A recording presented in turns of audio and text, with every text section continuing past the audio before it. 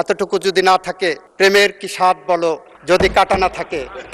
ওনারা বয়কট করেছেন, উত্তেজনা সৃষ্টি করেছেন, এখনো যেমন উত্তেজনা সৃষ্টি করলেন। ফিলিস্তিনি জাতীয় কবি মাহমুদ দারুইশের একটি কবিতার কথা মনে পড়ে। ওনারা কবে এটা শুভবুদ্ধির উদয় হবেন? মাহমুদ দারুইশের প্রেমিকা তাকে জিজ্ঞাসা করেছিলেন, মাহমুদ আমাদের দেখা হবে কবে? উনি বলেছিলেন যেদিন যুদ্ধ থামবে। প্রেমিকা জিজ্ঞাসা করলেন, যুদ্ধ কবে থামবে? উনি বললেন যেদিন আমাদের দেখা হবে। মাননীয় স্পিকার, এই পয়েন্টের মধ্যে কোথাও জুলাই সনদের কথা বলা নাই। মাননীয় স্পিকার, এখানে বলেছেন গণভোটের কথা। মাননীয় স্পিকার, আপনার মাধ্যমে এই সংসদে, এই মহান সংসদে আমি বিরোধী দলীয় নেতা সহ বিরোধী দলীয় সকল সংসদ সদস্যকে ধন্যবাদ জানাতে চাই। ধন্যবাদ জানানোর কারণ, বীর মুক্তিযোদ্ধার যে সংজ্ঞা নির্ধারিত করা হয়েছে, জাতীয় মুক্তিযোদ্ধা কাউন্সিল আইন 2026-এ, সেই সংশোধনীতে 1971 সালে বাংলাদেশের যে সমস্ত দামাল ছেলেরা পাকিস্তানি হানাদার বাহিনী এবং তাদের এদেশীয় দোসর, তৎকালীন মুসলিম লীগ, তৎকালীন জামাতে ইসলামী, তৎকালীন নেজাম ইসলামী এবং আল বদর আল শামস বাহিনী, রাজাকারদের বিরুদ্ধে যারা সংগ্রাম করেছিলেন, তাদেরকে বীর মুক্তিযোদ্ধা হিসেবে যে আইন এই সংসদে পাশ হয়েছে, সে আইনে জামাতে ইসলাম বিরোধিতা করেননি কার্যত, এবং সে আইনে এনসিপির পক্ষ থেকে লিখিতভাবে অনুসমর্থন জানানো হয়েছে। এই কারণে তাদেরকে ধন্যবাদ জানাচ্ছি। মাননীয় speaker, by operation of law and interpretation, তাহলে এটা ইস্টাবলিশড হয়ে গেল যে 1971 সালে বাংলাদেশের স্বাধীনতা যুদ্ধে কারা বিরোধিতা করেছিলেন, কারা খুন, গুম, ধর্ষণের সাথে জড়িত ছিলেন, যারা বাংলাদেশের অগণিত অসংখ্য মানুষের জীবন কেড়ে নেওয়ার সাথে জড়িত ছিলেন। মাননীয় স্পিকার, আমরা যারা আজকে এই সংসদে দাঁড়িয়েছি, আজ থেকে প্রায় 2 বছর আগে আমাদের এবং ওনাদের জায়গা এক ছিল। আমরা নির্যাতিতদের পক্ষে ছিলাম। এই বাংলাদেশ 2 ভাগে বিভক্ত ছিল। এক ভাগে ছিল ফ্যাসিস্টরা, গুটি কয়েক লুটেরা, গুটি কয়েক খুনি, আর একদিকে ছিলাম আমরা সবাই, ওনারা এবং আমরা। সেখানে আপনিও ছিলেন মাননীয় স্পিকার। মাননীয় স্পিকার, আমরা মাঝে মাঝে বলি এই বাংলাদেশের যা কিছু শ্রেষ্ঠ অর্জন, তার সব কিছুর সাথে শহীদ রাষ্ট্রপতি জিয়াউর রহমান এবং তার পরিবার জড়িত আছে। মাননীয় স্পিকার, আমরা বলি জুলাই গণ অভ্যুত্থানের মধ্য দিয়ে অর্জিত এই বাংলাদেশে যে সংসদ গঠিত হয়েছে, এই সংসদ আগামী দিনে একটি বাংলাদেশ গড়তে চায়, যে বাংলাদেশ 71-এর মুক্তিযুদ্ধের চেতনার মধ্য দিয়ে অর্জিত এই বাংলাদেশে আমরা যাতে 90-এর গণ অভ্যুত্থান এবং 24-এর গণ অভ্যুত্থানকে ধারণ করে, চেতনাকে ধারণ করে আমরা এগিয়ে যেতে পারি। মাননীয় স্পিকার, আমরা বিশ্বের দেশে দেশে দেখেছি বিপ্লব ঘটেছে, ফরাসি বিপ্লব ঘটেছে, জুলাই বসন্ত এসেছে, আরব বসন্ত এসেছে, অরেঞ্জ বসন্ত এসেছে।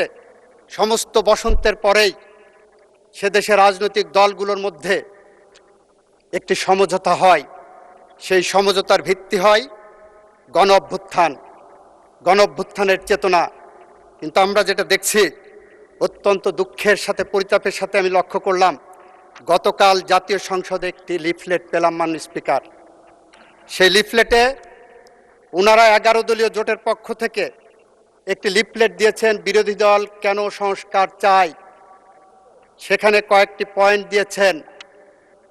এই পয়েন্টের মধ্যে কোথাও জুলাই সনদের কথা বলা নাই। মাননীয় স্পিকার, এখানে বলেছেন গণভোটের কথা।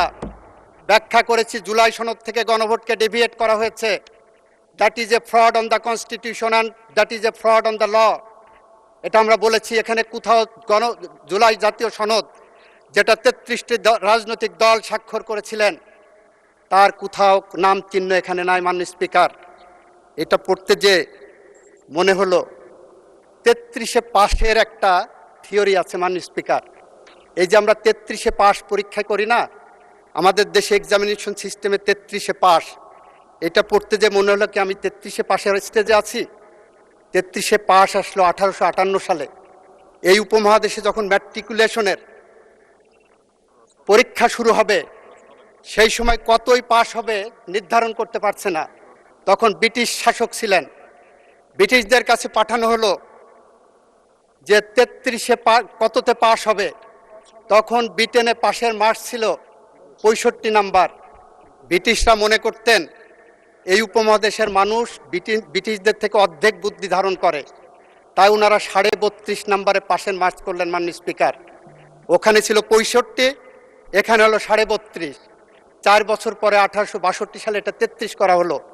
আমার মনে হচ্ছে ওনারা এমনভাবে লিখেছেন, আমি কি সেই 33 পাশের মতন ওনাদের থেকে এখন অর্ধশিক্ষিত আছি? যেখানে মাননীয় স্পিকার জুলাই গণ অভ্যুত্থান, জুলাই সনদের কোনো শব্দ এখানে ওনাদের সুপারিশের মধ্যে নাই মাননীয় স্পিকার। এটা অত্যন্ত দুর্ভাগ্যজনক এবং দুঃখজনক। মাননীয় স্পিকার, এখন যদি বলি যে এটা কবে হবে, তাহলে ফিলিস্তিনি জাতীয় কবি মাহমুদ দারুইশের একটি কবিতার কথা মনে পড়ে। ওনারা কবে এটা শুভবুদ্ধির উদয় হবেন। মাহমুদ দারুইশের প্রেমিকা তাকে জিজ্ঞাসা করেছিলেন, মাহমুদ আমাদের দেখা হবে কবে? উনি বলেছিলেন যেদিন যুদ্ধ থামবে। প্রেমিকা জিজ্ঞাসা করলেন, যুদ্ধ কবে থামবে? উনি বললেন যেদিন আমাদের দেখা হবে। মাননীয় স্পিকার, ওনাদের সাথে আজকে আমাদের সম্পর্কের জায়গাটা এরকম চলে গেছে। কবে আমাদের মিল হবে? যেদিন ওনাদের শুভবুদ্ধির উদয় হবে। শুভবুদ্ধির কবে উদয় হবে? যেদিন আমাদের দেখা হবে। মাননীয় স্পিকার, আমার 26 সেকেন্ড সময় আছে, আমি আরো 5 মিনিট সময় চেয়েছি মাননীয় স্পিকার। জি, আপনাকে 4 মিনিট সময় দেওয়া হবে। 4 মিনিট। মাননীয় স্পিকার, আমরা এমন একটি সময়ের মধ্য দিয়ে পার হচ্ছি, যে সময় এই সংসদে আমাদের কথা বলার কথা ছিল মধ্যপ্রাচ্য যুদ্ধ, যে সময় আমাদের কথা বলার কথা ছিল বাংলাদেশের অর্থনৈতিক, 4 মিনিট বাড়িয়ে দেন প্লিজ। 4 মিনিট। আমাদের অর্থনৈতিক যে মেরুদণ্ড ভেঙে গেছে, সেই মেরুদণ্ডকে কিভাবে সোজা করতে পারি, এ সময়ে কথা বলার কথা ছিল আমাদের জুলাই যোদ্ধাদের স্বপ্ন কিভাবে বাস্তবায়ন করতে পারি। আমাদের কথা বলার কথা ছিল কিভাবে বাংলাদেশের কৃষকের পাশে দাঁড়াতে পারি। আমাদের কথা বলার কথা ছিল কিভাবে বাংলাদেশের ভুখা নাঙা মেহনতি মানুষের পাশে দাঁড়িয়ে বাংলাদেশের আগামী ভবিষ্যৎ আমরা তৈরি করতে পারি। অথচ আমরা কথা বলছি কি নিয়ে? গণভোটের 4টি প্রশ্ন নিয়ে। মাননীয় স্পিকার, গণভোটের 4টি প্রশ্ন ছিল, তার 3.5টি প্রশ্নের ব্যাপারে বিএনপির কোনো আপত্তি কখনো ছিল না। বাকি অর্ধেক যে প্রশ্নটা, সে আধা প্রশ্নটা হলো আধা প্রেম আধা প্রতারণা। আধা প্রেম কিরকম দেখাচ্ছেন? আমরা জুলাই সনদ বাস্তবায়ন করতে চাচ্ছি, এটা জুলাই সনদের অংশ। আধা প্রতারণা হলো জুলাই সনদের মধ্যে বলা আছে ওই প্রশ্নটা কখনোই প্রাসঙ্গিক হবে না, বিএনপির জন্য অ্যাপ্লিকেবল হবে না। বিএনপির জন্য অ্যাপ্লিকেবল হবে তার নোট অফ ডিসেন্ট। আমরা সেই কারণে বলছি, ভাইরা আমার, আমরা নির্বাচনের মাঠে, মাননীয় সংসদ সদস্য স্ট্যান্ড কারেক্টেড। মাননীয় স্পিকার, আমি দুঃখ প্রকাশ করছি, নির্বাচনের মাঠে আমাদের নিজস্ব এজেন্ডা ছিল। নির্বাচনের মাঠে যখন মা বোনের কাছে ভোট চাইতে গেছি, তখন শুনেছি বেহেশতের টিকিট নাকি কেউ বিক্রি করেছেন। মাননীয় স্পিকার, আমি নিজে কানে শুনেছি, আই এম দ্য উইটনেস। দ্বিতীয়ত, আপনাদেরটা শুনো মাননীয় স্পিকার, আপনার মাধ্যমে বলতে চাচ্ছি, যদি ভুয়া হয়ে থাকে, প্লিজ আপনারা কথা বলবেন না। যদি ভুয়া হয়ে থাকে মাননীয় স্পিকার, তাহলে ধন্যবাদ জানাচ্ছি। তাহলে জাতির কাছে যারা বলেছিলেন ধানের শীষা দাঁড়িপাল্লায় আসলে বেহেশতের টিকিট পাওয়া যাবে, তাহলে আজকে তারা স্বীকার করছেন তারা বেহেশতের টিকিটের ধারক নহে। মাননীয় স্পিকার, আমাদের আজকে কথা বলার কথা ছিল ফ্যামিলি কার্ড নিয়ে, কিভাবে আরো বেশি পরিশীলিতভাবে ফ্যামিলি কার্ড 4 কোটি মানুষের কাছে পৌঁছে দেওয়া যায়। ওনাদের উচ্চারণ করার কথা ছিল ফ্যামিলি কার্ডের বিরুদ্ধে কোনো অনিয়ম হচ্ছে কিনা, কোনো দলীয়করণ হচ্ছে কিনা, কোনো দুর্নীতি হচ্ছে কিনা সেই মর্মে কোনো আলোচনা নাই মাননীয় স্পিকার। কৃষক কার্ড নিয়ে, কৃষকের ভাগ্য নিয়ে কোনো আলোচনা নাই মাননীয় স্পিকার। মাননীয় স্পিকার, ইমামদের জন্য ভাতা চালু করা হয়েছে, আমাদের মাননীয় প্রধানমন্ত্রী করেছেন, সেই মর্মে কোনো আলোচনা নাই মাননীয় স্পিকার। ধন্যবাদ নাই। আমি ধন্যবাদ জানাতে চাই মাননীয় বিরোধী দলের মাধ্যমে ওনাদের সংসদ সদস্যদেরকে।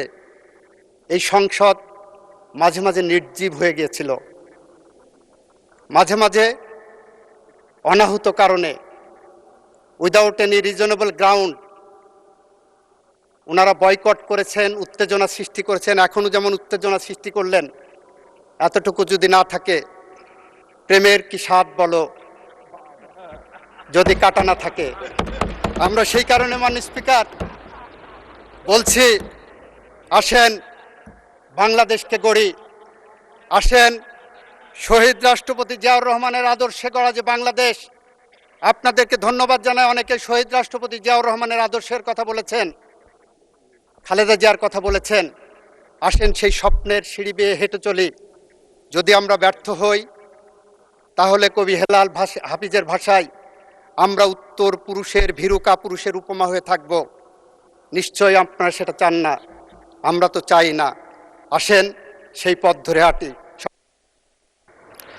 ধন্যবাদ মাননীয় সদস্য।